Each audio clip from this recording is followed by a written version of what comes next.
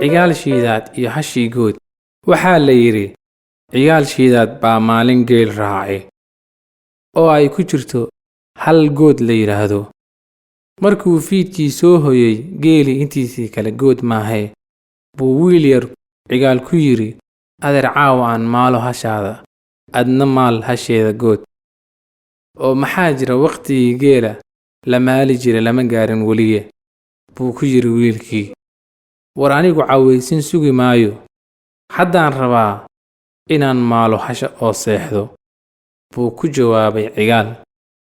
waa yahaye maal hashayda, anna taada maali doonaaye, buu ku yidhi wiilkii, isagoo aan ogeyn in hashii good ee cigaal maali jiray libaax cunay maanta. markii cawaysinkii la gaaray baa la ogaaday in cigaal hashiisii maqan tahay. isagii baa laga toosiyey hurdadii oo la weydiiyey, war xaggee iyo goormee kuugu dambaysay hashii?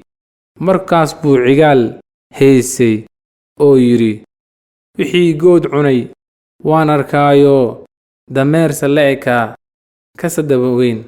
raggii geelxaraadka la joogay waxay ogaadeen in hashii libaax cunay. markaas bay cigaal ku amreen inuu tuso meeshii uu libaaxa ku cunay hashii. hashi raqeedii bay heleen raggii oo bahalkii cunayo. markii uu bahalkii arkay nimankii buu ka cararay raqdii.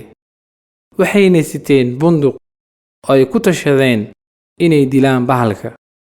cigaal bay soo qabteen nimankii oo ay ku xireen hashi raqeedii si libaaxii u arko, isagana uu u damco inuu cuno.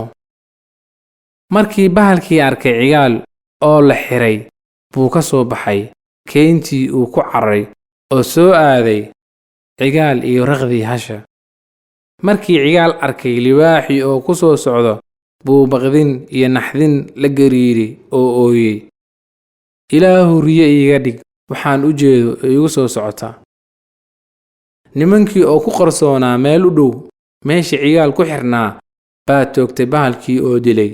cigaalna ka furay xariggii baa la yidhi,